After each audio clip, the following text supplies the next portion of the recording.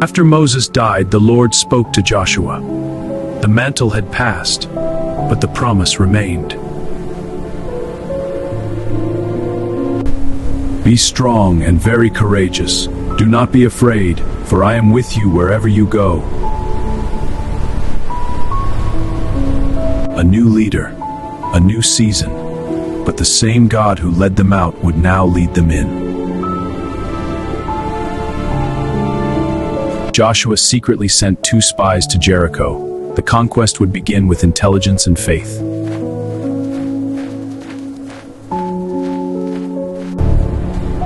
They entered the house of a woman named Rahab, and everything was about to change.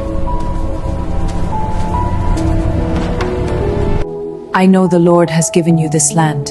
Why do you risk this? Your God is God, I will hide you. She had heard of the God of Israel, and She chose to hide the spies at great risk to herself. she risked everything to protect them. In return, they promised to spare her and her family. We have it. Almost there. Tie this scarlet cord in the window. When we return, you and your family will be saved.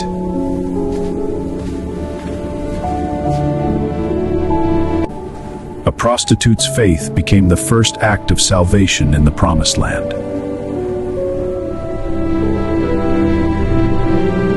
The Jordan was at flood stage, but the Ark of the Covenant went before them.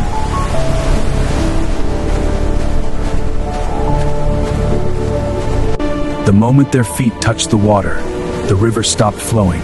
God made a way.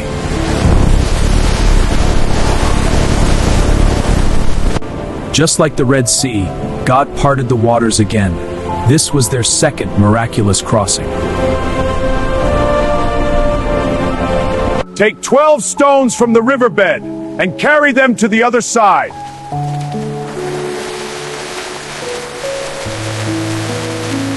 These stones would serve as a sign for future generations, so they would never forget what God had done. When your children ask, tell them, the Lord your God dried up the Jordan before you. These stones are a memorial forever. For 6 days they marched in silence. No weapons, no shouting, only obedience. On the 7th day they marched 7 times. The tension was unbearable.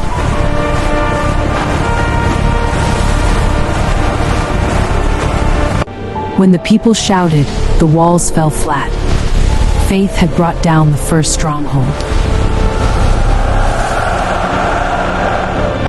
I have it is time. We must go now. Yes, my family is ready. Stay close to us. Because of her faith, she and her household were spared. A Gentile woman became part of Israel's story. Her story was only beginning. She would become part of the lineage of the Messiah. Men of Israel, we have taken Jericho. Now, go up and spy out the land of Ai. After Jericho, they went up against Ai. But something had gone wrong in the camp. They were defeated. Joshua fell on his face before the Lord. There was sin in the camp.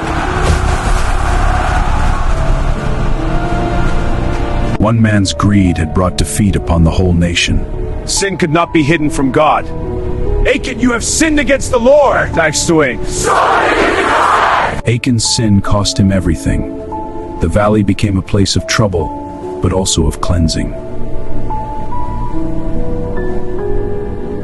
After the sin was removed, God's favor returned. The Lord has given us this victory. Yes. We won! Sometimes God allows defeat to expose what must be removed before victory can come.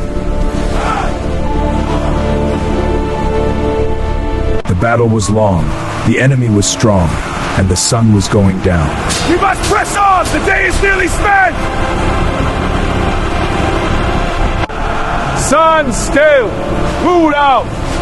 We finish this battle! Joshua prayed, and God answered in a way the world had never seen. The sun stood still and did not hurry to set for about a whole day.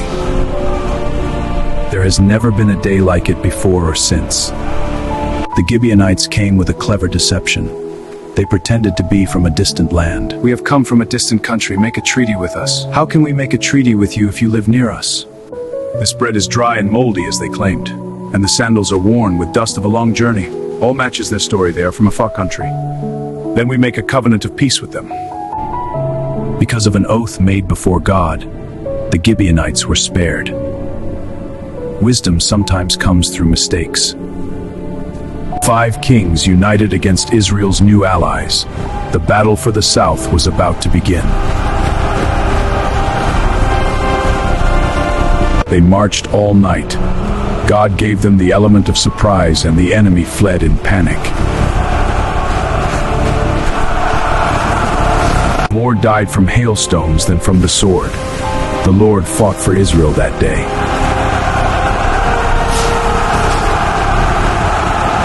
The northern kings gathered with the largest army yet. Horses and chariots covered the land. Joshua attacked suddenly. God delivered them into his hand. The chariots were burned.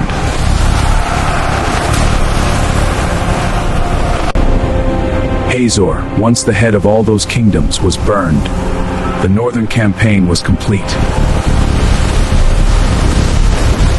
Caleb, the faithful spy from 45 years earlier, came to claim his promise. My brother Hebron, remember the promise of Hebron. Hebron is yours, as the Lord decreed. I am still as strong today as I was then. The promise Moses made? Give me this mountain where the giants live. The other tribes saw the altar and prepared for war, fearing rebellion against the Lord. Look, brothers! They built an altar by the river! We must march before it is too late! This altar is rebellion. It feared it was an act of Remels-Camo. No, it's a witness between us, not for sacrifice. But the eastern tribes had built it as a witness. It was never meant for sacrifice, but to remind future generations that we are one people, under one soul. The altar was declared a witness between the tribes. Joshua was old and advanced in years. He called the leaders together one last time.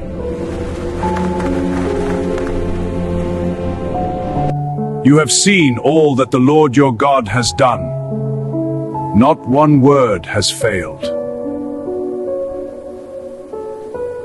Cling to the Lord your God as you have done until this day.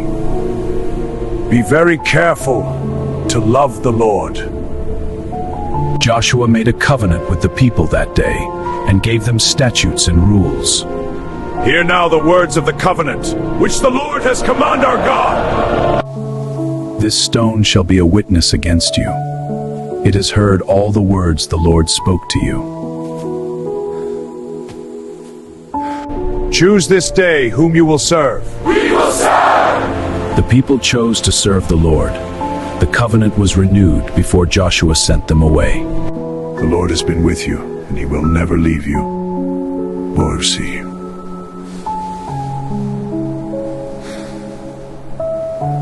They buried him in the land of his inheritance, a faithful servant laid to rest in the promised land. Israel served the Lord all the days of Joshua, and the elders who outlived him, and had known the work the Lord did for Israel. Eleazar the son of Aaron also died. The generation that had seen the great works of God was fading.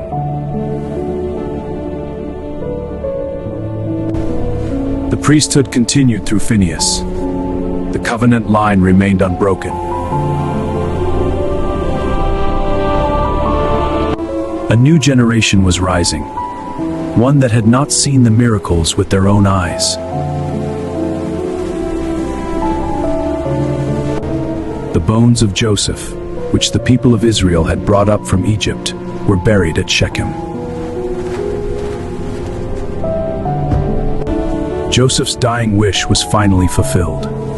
His bones rested in the land God had promised to Abraham, Isaac, and Jacob. The promise made to the fathers was complete. The bones of Joseph had come home.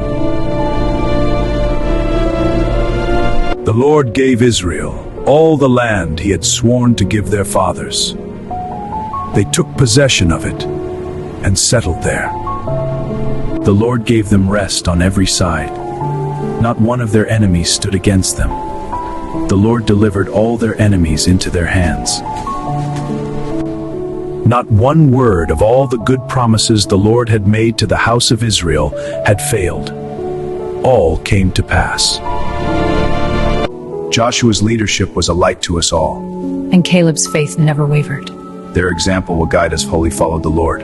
Their legacy would inspire generations to come. We crossed the sea on dry ground. The Lord made a path through the waters. For 40 years, we wandered. And Joshua led us to victory at Jericho. Because of the faithfulness of a few, an entire nation received its inheritance. Their story became Israel's foundation. The book of Joshua ends with the people in the land God promised, but the story was far from over.